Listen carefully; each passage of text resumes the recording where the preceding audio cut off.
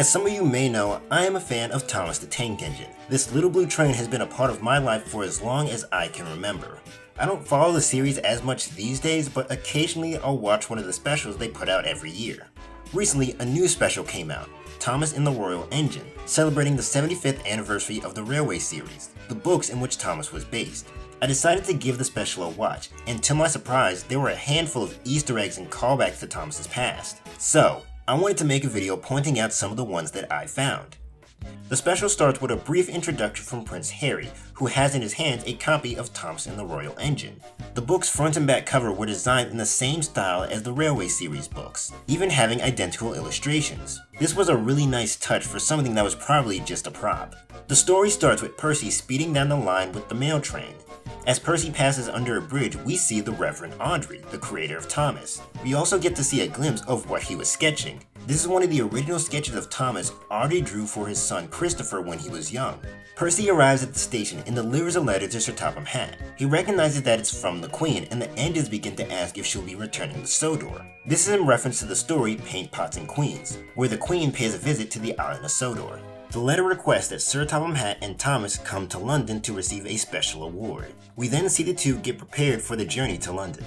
When Thomas pulls into Vicarstown, we see he is pulling a coach that is not Annie or Clarabelle. It is mentioned later in the special that this is Spencer's coach, and he can be seen pulling this coach in most of his appearances. Gordon complains about not going to London and boasts that he knows the way, before being teased by Henry. Oh, not the station names again, Gordon. This is in reference to the story Gordon Goes Foreign, where Gordon and some other engines disagree about the name of London Station. As Thomas and Sir Topham Hatt head to London, we see many familiar sets from the Great Race and Journey Beyond Sodor specials. We even see the return of Beresford picking up Thomas in a similar fashion. At the first station, Thomas questions where they are, referencing both Crewe and Doncaster. Perhaps this is Crewe, where Henry went to be repaired. Maybe Doncaster, where Gordon was built. As Thomas states, Crewe is the location where Henry was rebuilt in the Flying Kipper, and Doncaster is where Gordon and the Flying Scotsman were built, mentioned in Tenders for Henry. Speaking of the Flying Scotsman, we actually see him pass the station. It is here that Thomas meets Duchess, who is preparing to pick up some important passengers. Sir Topham Hatt is in such a rush to get to London that he accidentally leaves behind Thomas's firemen. Once again heading to London, Thomas encounters Duchess, who before speeding off calls Thomas gallant. Thomas, the gallant engine. Several times in the special, Thomas is called gallant, which I think might be a reference to gallant old engines, where at the end, Renee is referred to as such.